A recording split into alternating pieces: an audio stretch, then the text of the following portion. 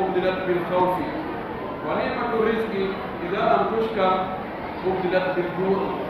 وكذلك نعمة الدين إذا لم تشكر أبدلت بالكفر. قال الله تعالى: وإن تتولوا يستبدل قوما غيركم ثم لا يكونوا أمثالكم. عباد الله، لا يجوز أن نكون كمن قال الله تعالى عنه: ولئن أذقناه نعماء بعد ضراء مسته ليقولن ذهب السيئات عني إنه لفرح فخور. فالشكر تقوية الإيمان بالله بفعل الأوامر واجتناب النواهي. هذه فقد شكر الله شكرا حقيقيا. الله أكبر، الله أكبر، الله أكبر، الله أكبر ولله الحمد. الله أكبر كبيرا والحمد لله كثيرا وسبحان الله بكرة وأصيلا. الحمد لله على كل حال. الحمد لله إن يبقى الله سبحانه وتعالى يظهر من فوق كون يتتيلو لو ودي وق بايلو ودي وق ركري ويبتس ونيمني ويبتس وجاميني ويبتس وتدني ويبتس وهويني وودي وق وممكن مؤثر بايكال كنا أفضل يتيمو كان مؤثر يمال النيماني يلمغل أن دا إمبر موكو نيماني كهانا جاكوريد ويكتغل نيمي دو أندي تاول بكان سنين موكو النيماني يقول لي ويالي كو كلو يكتغل نيماني أنغا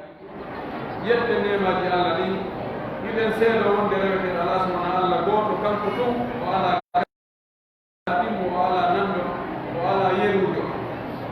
kanko woni yaajuɗo dokke kanko hokkorta fof tawa hay hunde faɗaani o hokkora daabeeji ɗin o hokkora yimɓe ɓe o hokkora hay leɗɗe ɗe o hokkora ko mberɗo ɗum hato jini ko fof. miɗen seedano nelaaɗo meɗen Muhammad sallllahu alayhi wa sallam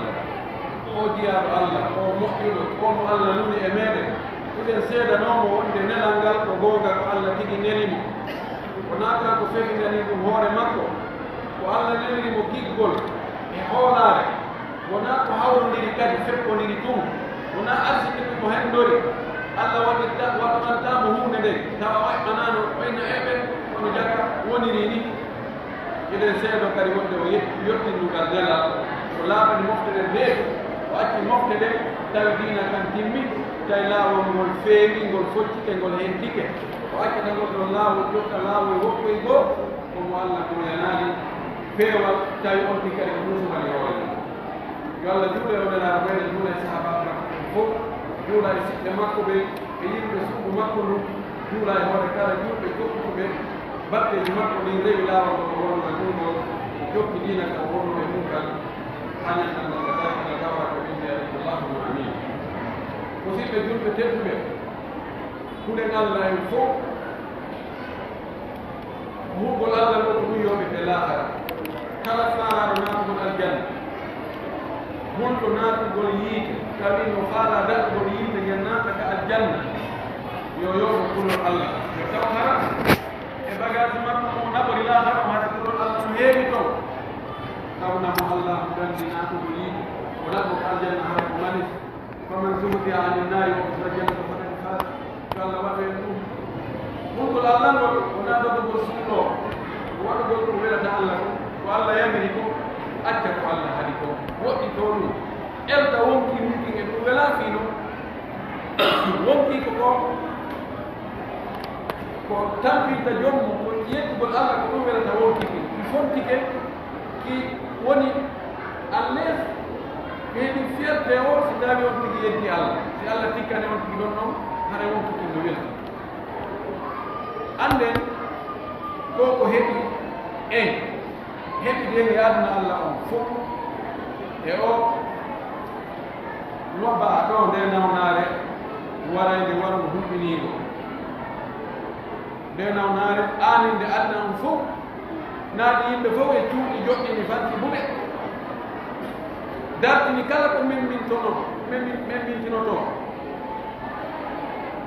ko wonno ko fof wayliti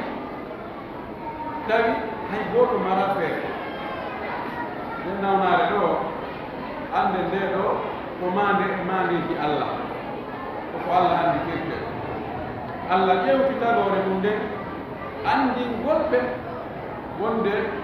koɓe jeeyaɓe ɗum wonde ɓe wawa dandude hoore maɓɓe piiji ɗin fof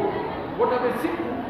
fi ɓe wawi moƴƴinde piiji ɓe hewti nokkugo ka développement e ka technologie e neweneji e yaadeneji wota ɓe sikku awa joni ɓoggol ngol ɓorti ɓe jeeyaka hande kadi kamɓe taggi hoore maɓɓe kamɓe taggi o aduna ko mande e mandeji Allah ko lowru ndu Allah ƴuppi ɓiɓɓe adama ɓe dartugol so tawi ɓe andi tay jeyal ngal ɓe joni ko haqqe jeyɗo o jarrabuye e jarrabuyeji makko ko fitna Allah subahanahu wa taala o wii o jarriboray en boneji o jarriboray kadi moƴƴereji fi honɗum fi e yitto ka makko fi a heeɓi nema a heeɓi laamu a heeɓi teddugal a heeɓi jella a heeɓi ɓut a heeɓi jiiɗi a heeɓi newede wota sikku wonde haray ko ɗon hatti wonde haray laahara kadi ko ɗon woni royta ko jarrabi Allah ndaarete ko honno gerdata ɗi moƴƴereji ɗo hokkuma ɗo siko laamu ko honno gerdata ndu laamu taw si a lorginani taw si a tampinira yimɓe ndu laamu ma siko jawdi kadi ndi jawdi maɗa ko lorrirdi kanko nafirdi siko cellal a reway Allah ngal cellal ma ɗo a yettire Allah ngal cellal ma ɗo siko teddungal kadi ko wonno wa ila akhiri so jarriborima kadi ko welatama ko nawnugol nawniregol baasal waawegol kurkegol lorregol tooñegol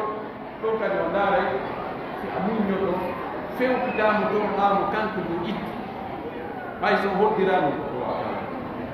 fof ko jarrabuye o wi o jarribora e ɗum o fof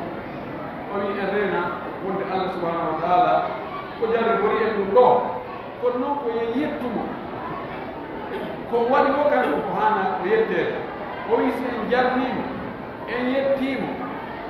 en antanimo nemaji ko nemini en ko ko lutte en heɓali kon kadi en heɓa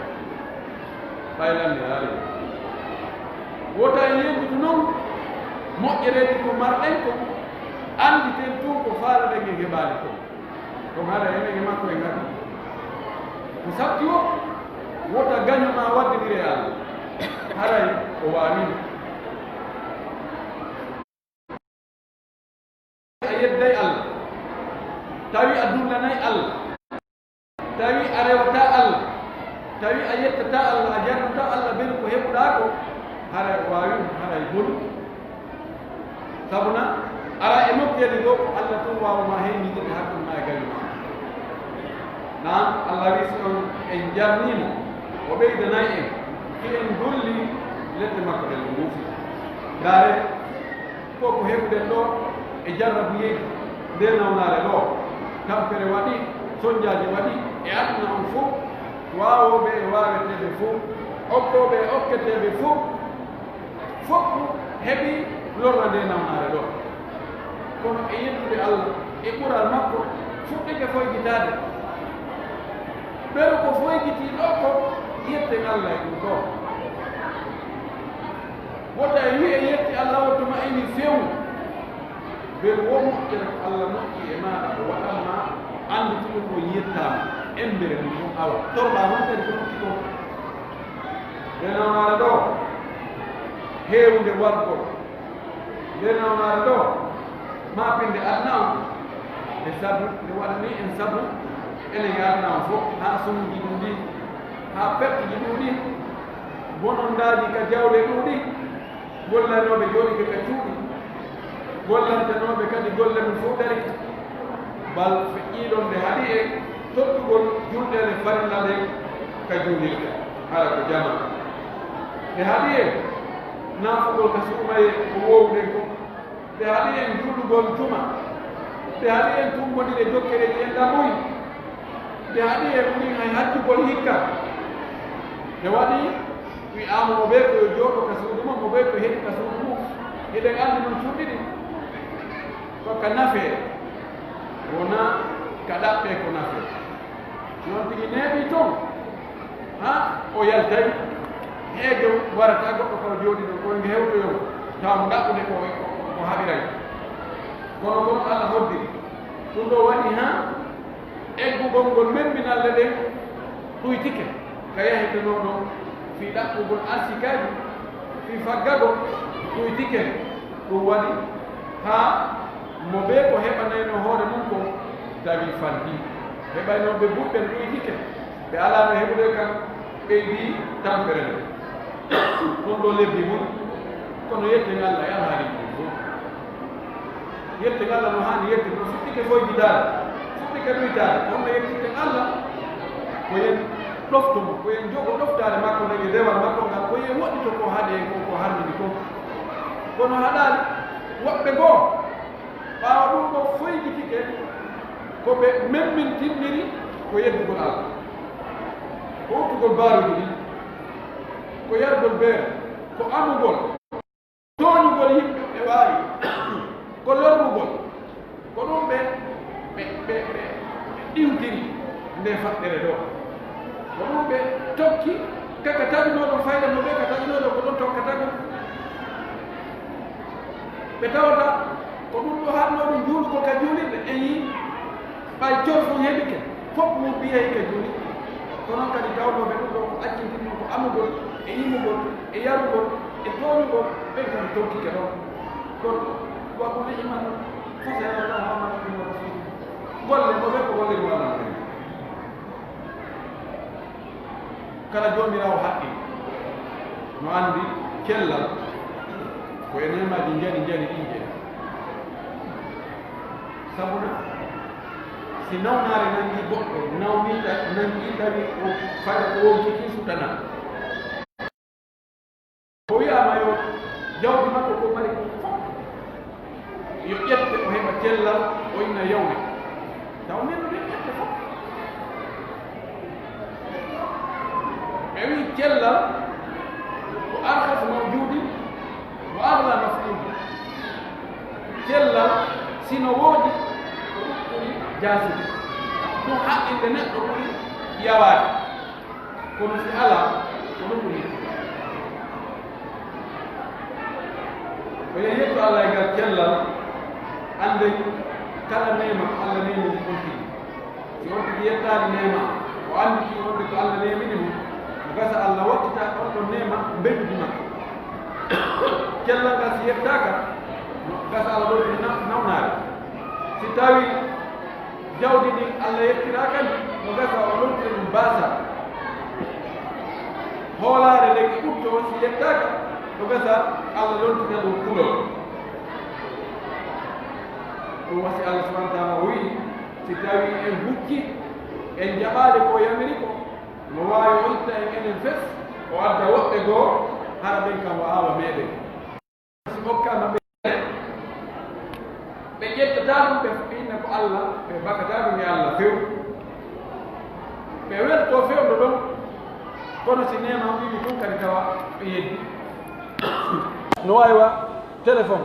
fanni no recharge a fanni mbuɗno toon no wowlude mbuɗlannay tun ɗaano woɓɓe ko ɗum wayi fanni Allah no moƴƴaade maɓɓe ɓeɓe nemaji e ɓuttu e teddungal haray jogii doole ɗon julɗo fewndo ka o lo'i ɗon julɗo fewndo ka o aldi ɗon julɗo kadi fewndo ka o waasi ɗon julɗo fewndo kulol julɗo fewndo ɓuttu julɗo fewndo nawnaare julɗo fewndo cellal wona wongol doñorgal tawa wonde hara ko ni wonde kadi hara ko ni yen tori Allah yo Allah arsuke en waawugol yettude nemaji makko ɗi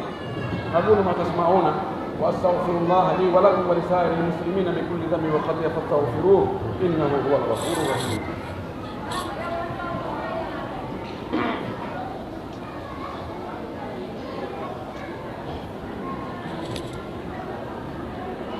الله أكبر الله أكبر الله أكبر الله أكبر كبيرا والحمد لله كثيرا وسبحان الله بكرة وأصيلا الحمد لله المنان، أشهد أن لا إله إلا الله وحده لا شريك له، وأشهد أن محمدا عبده ورسوله.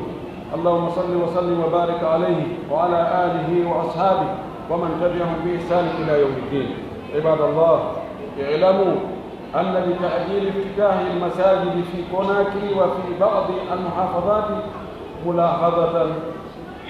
ملاحظة تزايد عدد المصابين بكورونا، فكما أن أغلب المصابين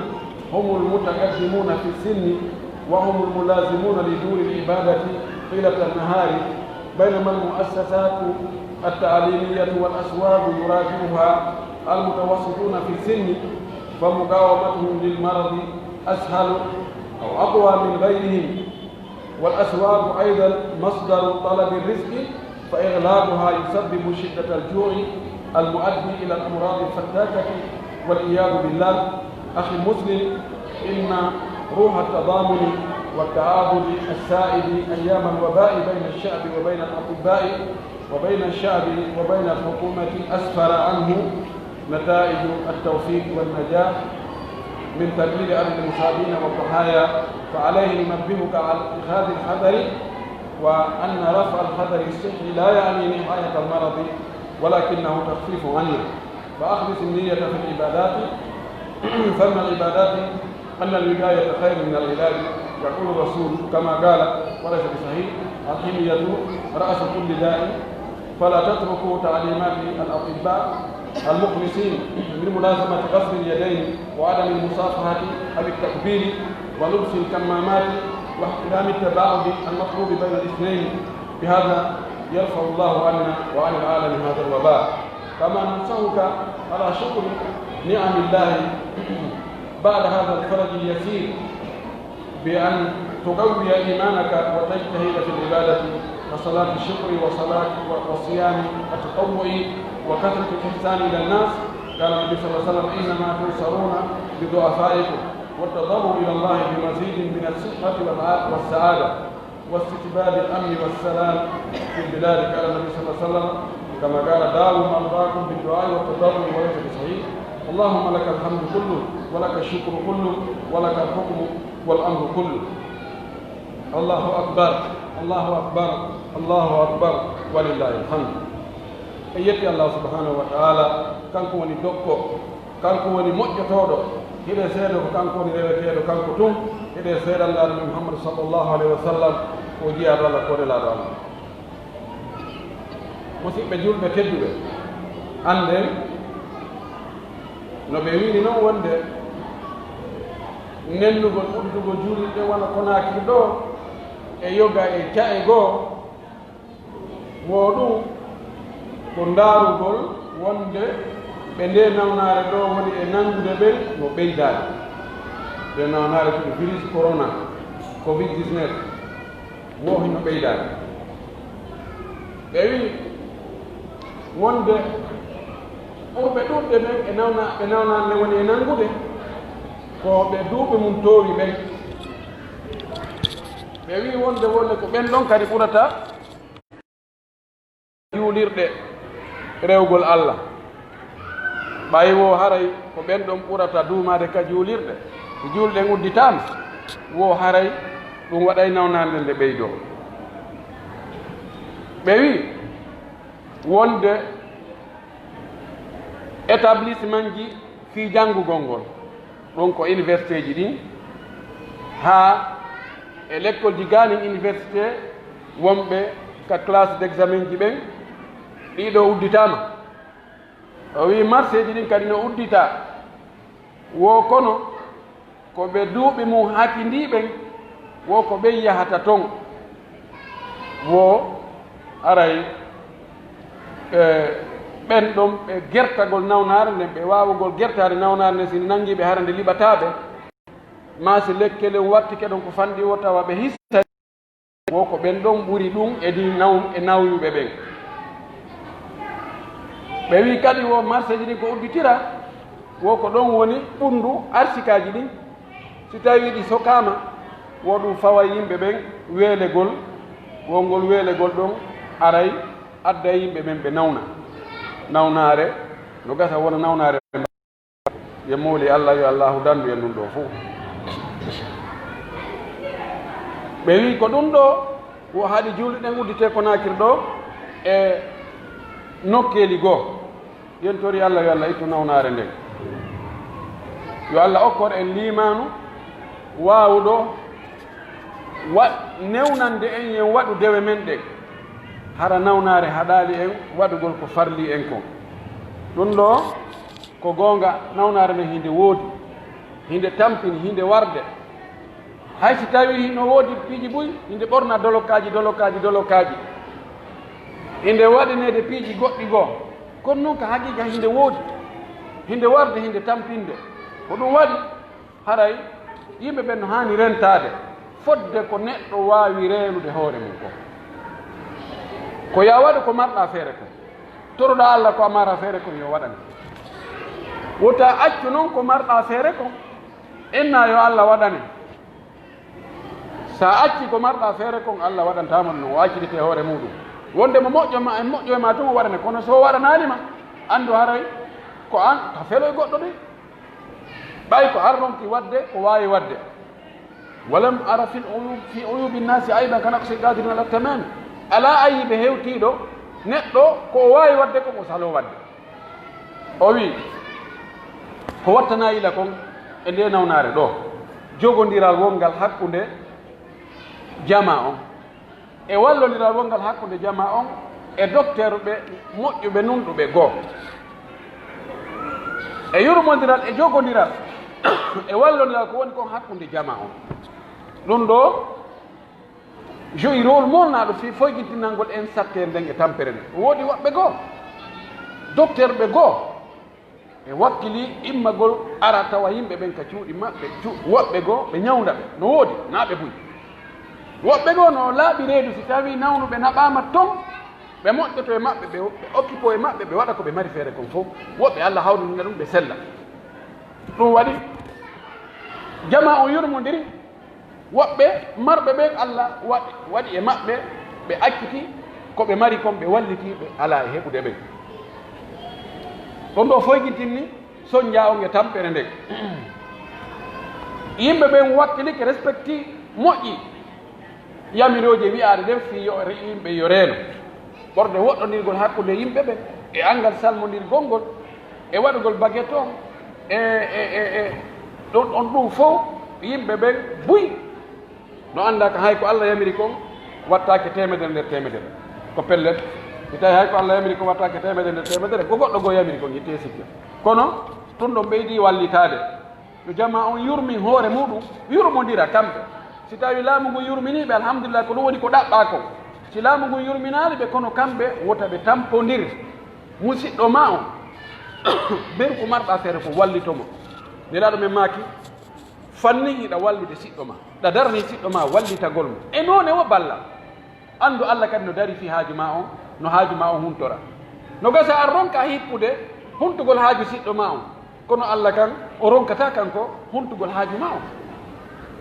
si a duwanade siɗɗo ma malaikajo wiyante amina an kadi yo allah waɗane ɓeru ɗum ko ɗum waɗi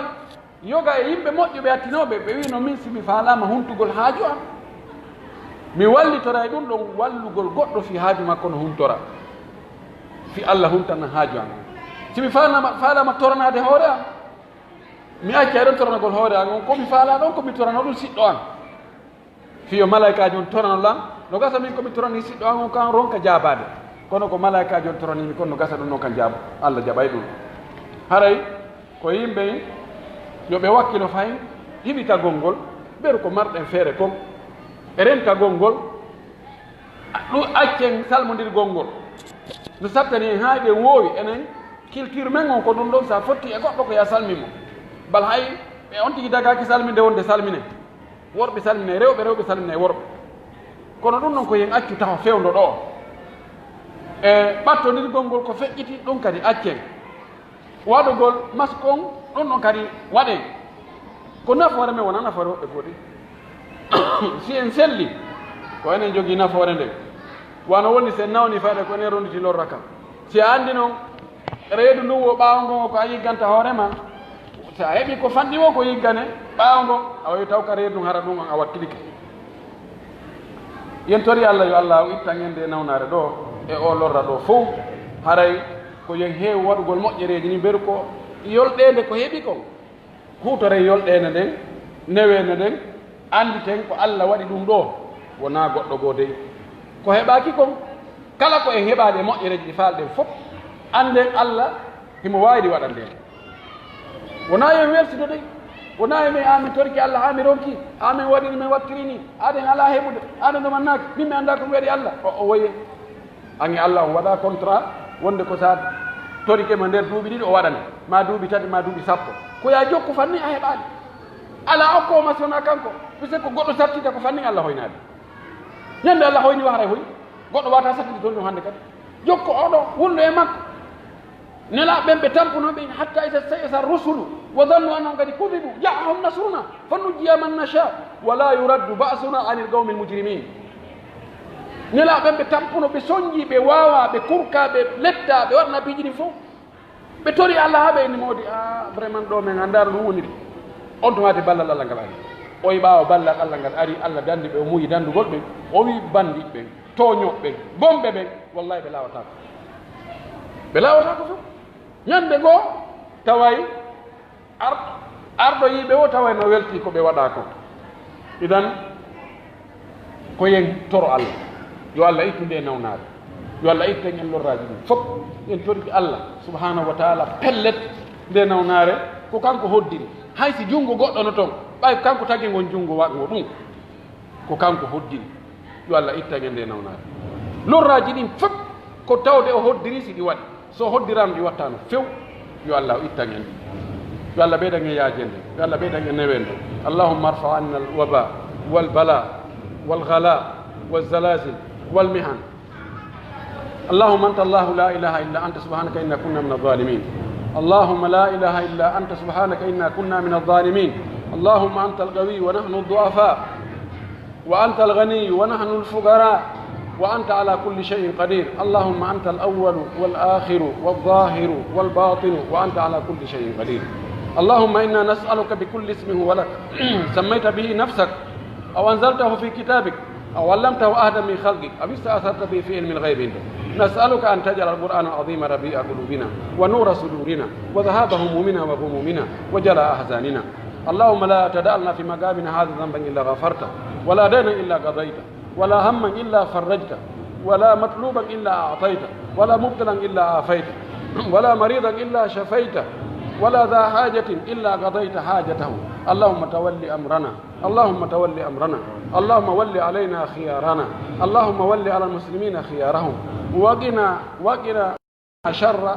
أشرارنا اللهم قنا شر أنفسنا وشر أشرارنا ربنا آتنا في الدنيا حسنة وفي الآخرة حسنة وقنا عذاب النار اللهم صل على محمد وعلى آل محمد كما صليت على إبراهيم وعلى آل إبراهيم وبارك على محمد وعلى آل محمد كما باركت على إبراهيم وعلى آل إبراهيم في العالمين إنك حميد مجيد سبحان ربك رب العزة عما يصفون وسلام على المرسلين والحمد لله رب العالمين